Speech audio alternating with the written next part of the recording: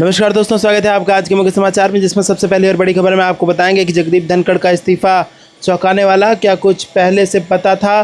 केंद्र स्पष्ट करे पूरी जानकारी। गौरव गोगोई की सरकार से बड़ी मांग। खबर में आगे जिक्र होगा कि बिहार विधानसभा में भारी हंगामा, विपक्षी विधायकों ने टेबल पलटा, एमएलए और मार्शल के बीच जबरदस्त धक्का मुक्की। खबर में आगे जिक्र होगा कि मध्य प्रदेश में चुनाव की चोरी रोकने के लिए कार्यकर्ता तैयार रहे, राहुल गांधी का बयान। आगे आपको बताएंगे कि बिहार मतदाता पुनरीक्षण प्रक्रिया के खिलाफ संसद परिसर में विपक्ष का विरोध, राहुल गांधी के नेतृत्व में जोरदार प्रदर्शन। और इसी के साथ आगे आपको बताएंगे कि उपराष्ट्रपति जगदीप धनखड़ का इस्तीफा, नीतीश कुमार को हटाने की बीजेपी की साजिश, आरजेडी का सरकार पर हमला। दोस्तों, हर एक खबर की गहराई में आपको ले जाएंगे, लेकिन उससे पहले आपसे निवेदन की वीडियो कीजिए लाइक और चैनल को सब्सक्राइब करके बेल आइकन दबाकर कमेंट में लिखे जय हिंद। रुक करते हैं सबसे पहले और बड़ी खबर की तरफ। जगदीप धनखड़ का इस्तीफा चौंकाने वाला, क्या कुछ पहले से पता था? केंद्र स्पष्ट करे पूरी जानकारी। गौरव गोगोई की सरकार से मांग। जी हाँ दोस्तों, आपको बता दें कि लोकसभा में कांग्रेस के उपनेता गौरव गोगोई ने उपराष्ट्रपति जगदीप धनखड़ के इस्तीफे को चौंकाने वाला घटनाक्रम करार देते हुए मंगलवार को केंद्र से ये स्पष्ट करने को कहा कि क्या उसे इस बारे में पहले से कोई जानकारी थी। गोगोई ने उपराष्ट्रपति पद के लिए नई नियुक्ति के संबंध में भी सरकार से स्पष्टीकरण मांगा।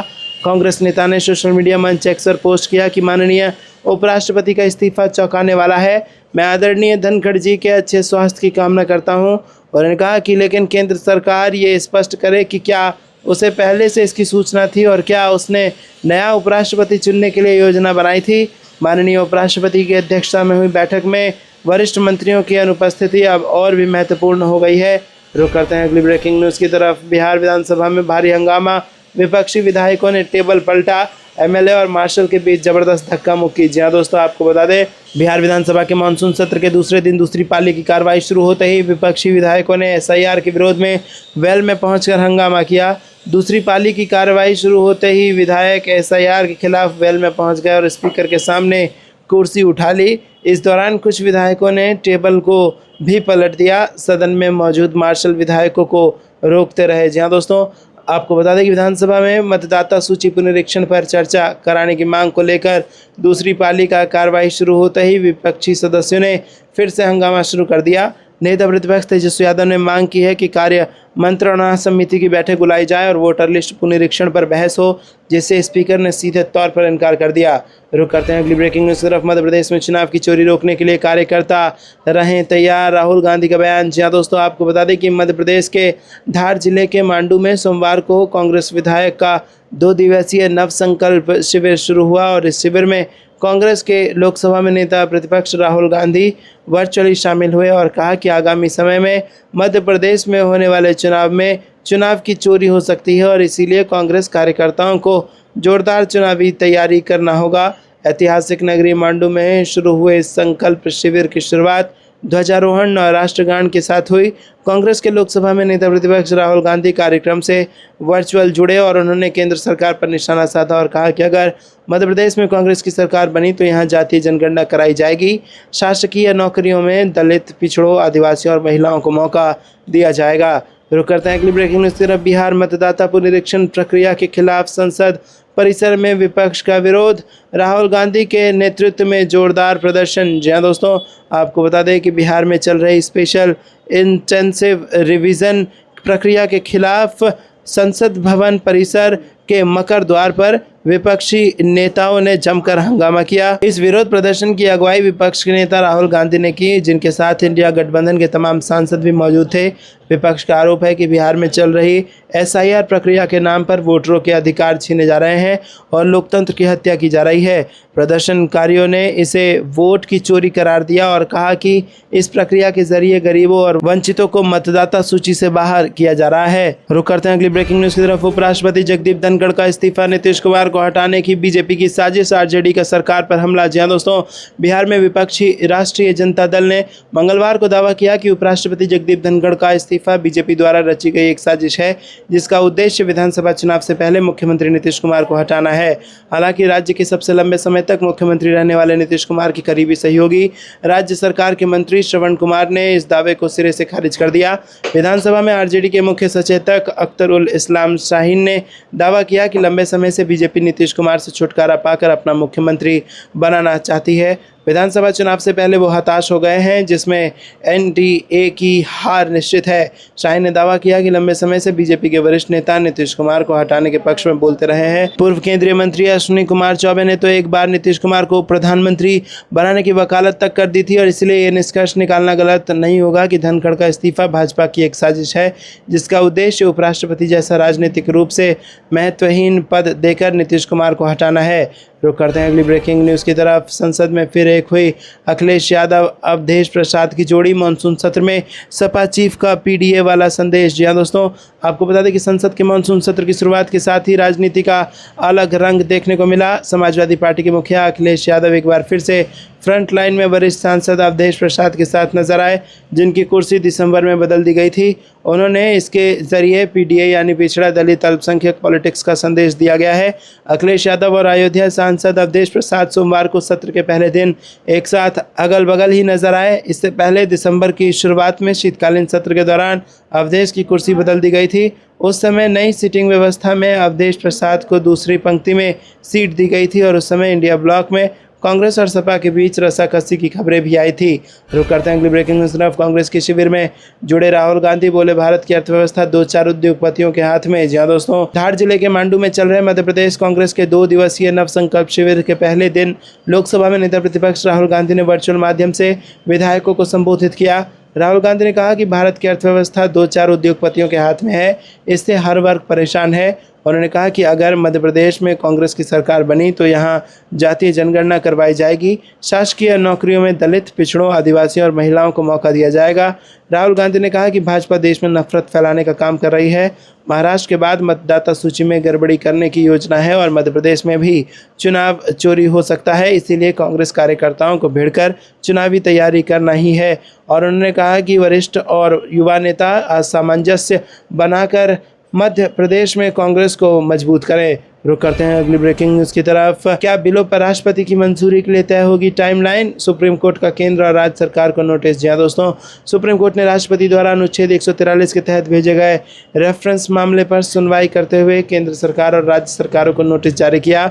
ये रेफरेंस राष्ट्रपति द्रौपदी मुर्मू की ओर से भेजे गए एक पत्र के संदर्भ में जवाब मांगा गया है, जिसमें पूछा गया है कि कानूनी वैधता को लेकर क्या राज्य विधेयकों पर फैसला लेने के लिए गवर्नरों और राष्ट्रपति पर कोई टाइमलाइन तय की जा सकती है। मुख्य न्यायाधीश BR गवई की अध्यक्षता वाली सर्वोच्च न्यायालय की 5 न्यायाधीशों की पीठ ने मामले की सुनवाई अगले मंगलवार के लिए लिस्ट की है। रुक करते हैं अगली ब्रेकिंग न्यूज़ की तरफ।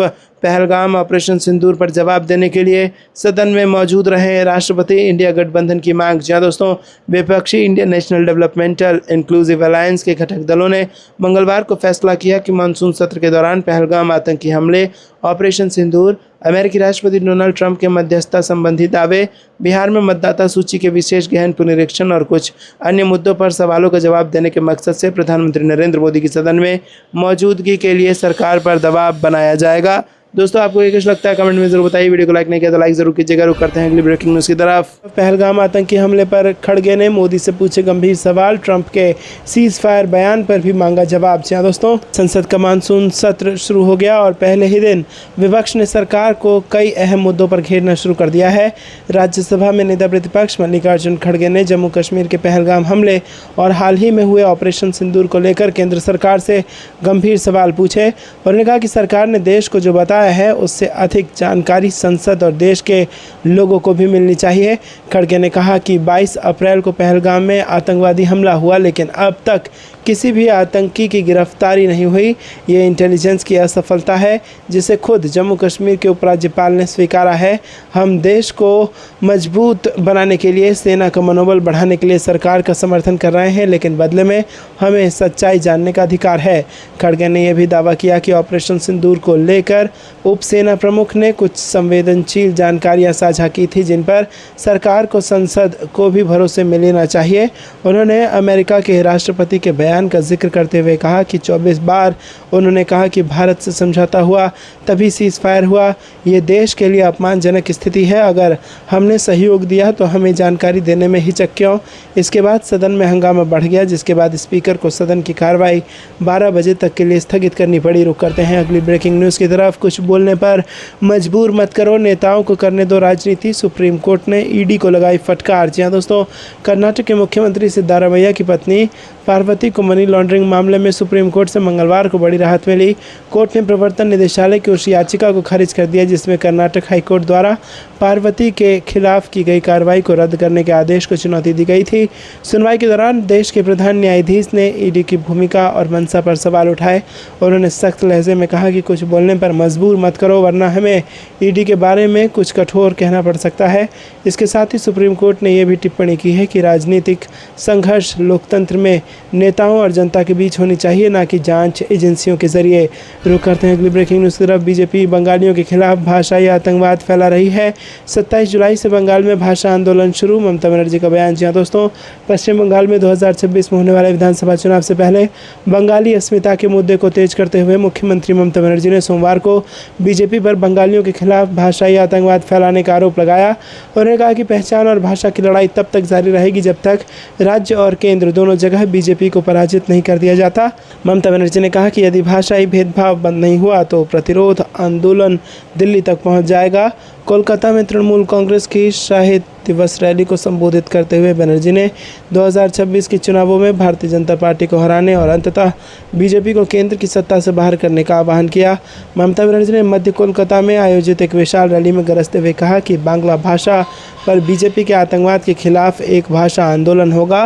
बंगालियों पर हमले के विरोध में 27 जुलाई से पश्चिम बंगाल में भाषा आंदोलन शुरू होगा। रुक करते हैं अगली ब्रेकिंग न्यूज़ की तरफ। बिहार विधानसभा मानसून सत्र के पहले दिन हंगामा और नारेबाजी, काले कपड़ों में पहुंचे माले विधायक। जी हाँ दोस्तों, यहां पर बिहार विधानसभा का मानसून सत्र सोमवार से शुरू हो चुका है। 25 जुलाई तक ये सत्र चलेगा। बिहार विधानसभा चुनाव इसी साल होना है और वर्तमान सरकार के कार्यकाल में यह आखिरी सत्र है। सोमवार को विपक्ष ने जमकर हंगामा और नारेबाजी की और कई मुद्दों पर विपक्ष ने सरकार को घेरा। विधानमंडल के अंदर और बाहर नारेबाजी की गई। AIMIM के विधायक वेल में भी आकर नारेबाजी करते दिखे। आपको बता दें दोस्तों कि बिहार विधानसभा के मानसून सत्र में हिस्सा लेने माले के विधायक काले कपड़े में पहुंचे। वाम दल के विधायक विधानसभा परिसर में पोस्टर बैनर लेके आए और मतदाता सूची पुनरीक्षण अभियान का मुद्दा लेकर वाम दलों के विधायकों ने सरकार की मंशा पर सवाल उठाए। रुक करते हैं अगली ब्रेकिंग न्यूज़ की तरफ। राबड़ी देवी का नीतीश कुमार पर तीखा हमला, कहा उनसे नहीं संभल रहा बिहार, निशांत को सौंप दी जाए कमान। जी हाँ दोस्तों, बिहार की पूर्व मुख्यमंत्री और विधान परिषद में नेता विपक्ष राबड़ी देवी ने मुख्यमंत्री नीतीश कुमार पर तीखा हमला बोला है। उन्होंने कहा कि हम पहले भी कह चुके हैं और आज भी कह रहे हैं कि नीतीश कुमार से बिहार नहीं संभल रहा है, इसीलिए अपने बेटे निशांत कुमार को कमान सौंप दें। राबड़ी देवी ने कहा कि निशांत युवा है और अच्छे से कमान संभाल सकते हैं। सोमवार को पूर्व मुख्यमंत्री राबड़ी देवी ने कहा कि नीतीश कुमार का स्वास्थ्य ठीक नहीं है, वो मानसिक रूप से फैसले लेने में असमर्थ है। पूर्व मुख्यमंत्री ने कहा कि ये पहली बार नहीं है जब हमने निशांत कुमार को कमान दिए जाने की मांग की है। हम पहले भी कह चुके हैं और आज भी कह रहे हैं कि नीतीश कुमार से बिहार नहीं संभल रहा है, इसीलिए अपने बेटे को कमान सौंप दें। रुक करते हैं अगली ब्रेकिंग न्यूज़ की तरफ। नीतीश कुमार की जगह कोई और चला रहा सरकार, कन्हैया कुमार का लॉ एंड ऑर्डर पर जोरदार वार। जी हाँ दोस्तों, कांग्रेस नेता कन्हैया कुमार ने बिहार में शिक्षा व्यवस्था की स्थिति तथा अपराध की हालिया घटनाओं को लेकर मंगलवार को प्रदेश की राष्ट्रीय जनतांत्रिक गठबंधन सरकार पर निशाना साधा और दावा किया कि सरकार मुख्यमंत्री नीतीश कुमार नहीं बल्कि कोई और चला रहा है। उन्होंने ये आरोप भी लगाया कि बिहार में डबल इंजन पूरी तरह से खराब हो गया है तथा राज्य की मौजूदा स्थिति में अंधेर नगरी चौपट राजा टके शेर भाजी टके शेर खाजा की कहावत चरितार्थ हो रही है। कांग्रेस की छात्र इकाई भारतीय राष्ट्रीय छात्र संगठन के प्रभारी कन्हैया कुमार ने बिहार में शिक्षा की स्थिति का उल्लेख करते हुए संवाददाताओं से कहा कि बिहार से एक अजीब घटना सामने आई है, जहां कुछ कॉलेज के प्राचार्यों की नियुक्ति लॉटरी के माध्यम से की गई है, जिसके बाद महिला कॉलेज में भी पुरुष प्राचार्य बना दिए गए और इसके बाद कुलपति ने कहा कि बड़े बड़े लोगों की सिफारिश आती है, इसीलिए हमें लॉटरी निकालनी पड़ी। रुक करते हैं अगली ब्रेकिंग न्यूज़ तरफ। तेजस्वी ने मतदाता सूची पुनरीक्षण पर बहस की कर दी मांग, सरकार को दी चेतावनी। चेतावनी। जी हाँ दोस्तों, यहाँ पर आपको बता दें कि बिहार में विधानसभा चुनाव से पहले मतदाता सूची का विशेष गहन पुनरीक्षण अभियान के विरोध में विपक्ष मोर्चा खोल चुका है। बिहार विधानमंडल के सोमवार से शुरू मानसून सत्र के पहले दिन मतदाता पुनरीक्षण को लेकर विपक्ष के प्रदर्शन से साफ है कि यह सत्र हंगामेदार होगा और SIR मुख्य मुद्दा होगा। विधानसभा में विपक्ष नेता तेजस्वी यादव ने मतदाता पुनरीक्षण पर बहस कराने की मांग की है। तेजस्वी यादव ने विधानमंडल परिषद में पत्रकारों से बात के दौरान कहा है कि अभी महागठबंधन के विधायक दलों की अहम बैठक हुई जिसमें बड़ा फैसला लिया गया। तेजस्वी यादव ने साफ तौर पर कहा है कि हम सभी की विधानसभा अध्यक्ष से मांग है कि मतदाता पुनरीक्षण को लेकर विधानसभा में चर्चा कराई जाए। दोस्तों, रुक करते हैं अगली ब्रेकिंग न्यूज़ की तरफ। बीजेपी ने छात्रों नौजवानों का भविष्य किया बर्बाद, साजिश के तहत विभागों का निजीकरण कर रही है बीजेपी सरकार। जी हाँ दोस्तों, समाजवादी पार्टी के अध्यक्ष और उत्तर प्रदेश के पूर्व मुख्यमंत्री अखिलेश यादव ने भारतीय जनता पार्टी को युवा विरोधी करार देते हुए रविवार को कहा कि सत्तारूढ़ दल ने साजिश के तहत सभी विभागों का निजीकरण करके नौकरियों को संविदा आधारित कर दिया, जिससे नौजवानों की जिंदगी अंधकारमय हो गई। अखिलेश यादव ने एक बयान में आरोप लगाते हुए कहा कि बीजेपी ने छात्रों और नौजवानों का भविष्य बर्बाद कर दिया है। आज छात्रों और युवाओं के पास नौकरी और रोजगार नहीं है। बीजेपी सरकार ने सभी विभागों की नौकरियों को संविदा और आउटसोर्स करके नौजवानों की जिंदगी में अंधेरा कर दिया है। उन्होंने आरोप लगाया कि बीजेपी एक साजिश के तहत विभागों का निजीकरण कर रही है और अब बिजली विभाग इस सरकार के निशाने पर है। बिजली व्यवस्था को अपने चहेतों को देकर सरकार बड़ी संख्या में युवाओं और नौकरी और आरक्षण से वंचित करने का षड्यंत्र कर रही है। रुक करते हैं अगली ब्रेकिंग न्यूज़ की तरफ। MP कांग्रेस के विधायकों का 2 दिवसीय शिविर, उमंग सिंघार बोले जनता के मुद्दे ताकत से उठाएंगे। जी हाँ दोस्तों, मध्य प्रदेश के मांडू में सोमवार से कांग्रेस विधायकों का 2 दिवसीय नवसंकल्प शिविर शुरू हुआ। इस मौके पर विधानसभा में नेता प्रतिपक्ष उमंग सिंघार ने कहा कि कांग्रेस राज्य में जनता के हितों की लड़ाई लड़ेगी। उमंग सिंघार ने कहा कि आगामी विधानसभा में भी जनता के मुद्दों को विधायक पूरी ताकत से उठाएंगे। कांग्रेस के विधायकों के 2 दिवसीय शिविर में राज्य और देश के कई बड़े नेता हिस्सा ले रहे हैं। इस शिविर के उद्घाटन मौके पर नेता प्रतिपक्ष सिंघार ने कहा कि नव संकल्प शिविर का आयोजन कांग्रेस की परंपरा है। बीजेपी की सरकार हर तरफ घोटालों में घिरी हुई है और प्रदेश की जनता त्रस्त है। कांग्रेस आदिवासियों के लिए जल, जंगल और जमीन की लड़ाई लड़ेगी। रुक करते हैं अगली ब्रेकिंग न्यूज़ की तरफ। प्रधानमंत्री की लापरवाही की वजह से TMC के कल्याण बनर्जी का बड़ा आरोप, नरेंद्र मोदी देश से माफ़ी मांगे। जी हाँ दोस्तों, आपको बता दें कि संसद के मानसून सत्र की शुरुआत इस बार हंगामेदार हुई है। पहलगाम में आतंकी हमले से लेकर ऑपरेशन सिंदूर को लेकर विपक्ष मोदी सरकार पर हमलावर है।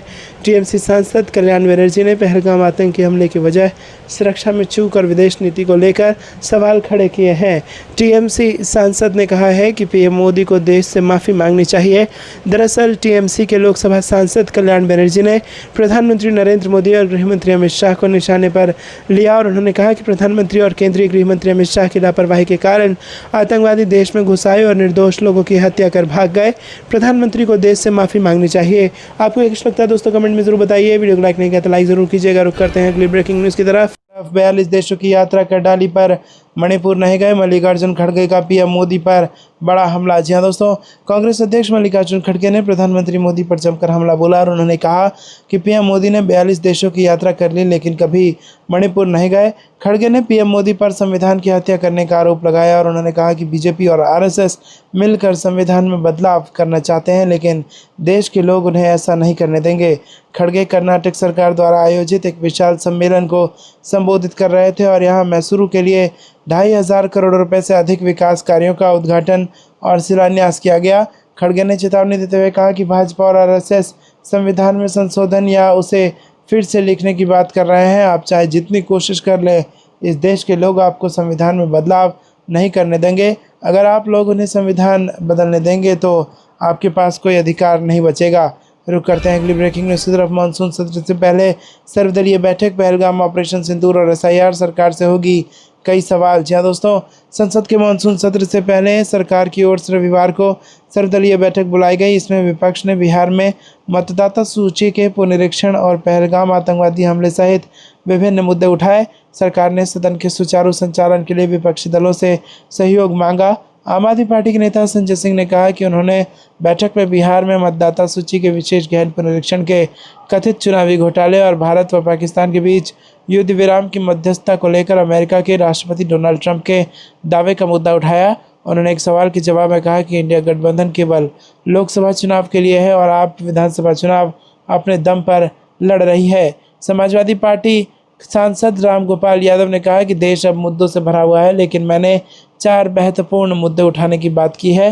पहला, पहलगाम में जो आतंकी हमला हुआ और जिस तरह से उपराज्यपाल ने कहा कि इसमें इंटेलिजेंस फेलियर था, ये बहुत गंभीर मामला है और इस पर चर्चा होनी चाहिए। दूसरा, जब ऑपरेशन सिंदूर चल रहा था तो उस दौरान अमेरिकी राष्ट्रपति ने कहा कि मैंने युद्ध बंद करवा दिया। कल उन्होंने ये भी कहा कि 5 जेट गिराए थे। तीसरा, हिंदुस्तान की विदेश नीति पर पूरी तरह से विफल हो गई है। विदेश नीति तब सफल होती है जब हमारे मित्र देशों की संख्या बढ़ती है और दुश्मन देशों की संख्या घटती है। और इसी के साथ सबसे खतरनाक बात यह है कि लोकतंत्र पूरी तरह से खत्म होने जा रहा है। जिस तरह से बिहार में वोटर लिस्ट का SIR हो रहा है वो सब देख रहे हैं। बिहार में करोड़ों लोगों के नाम काटे जा रहे हैं और ये कुछ गंभीर बातें हैं और मुझे नहीं लगता कि सरकार इस पर चर्चा कराएगी। रुक करते हैं अगली ब्रेकिंग न्यूज़ की तरफ। इंडिया गठबंधन बदल देगा बिहार का भविष्य, पटना के रोजगार मेले का वीडियो शेयर करके बोले राहुल गांधी। जी हाँ दोस्तों, बिहार चुनाव से पहले राज्य में कांग्रेस काफ़ी एक्टिव हो गई है। पार्टी ने दिल्ली और राजस्थान की पुरानी राजनीति को आगे बढ़ाते हुए पटना में महारोजगार मेला लगाया और इस मेले में बेरोजगार युवाओं की भारी भीड़ नजर आई।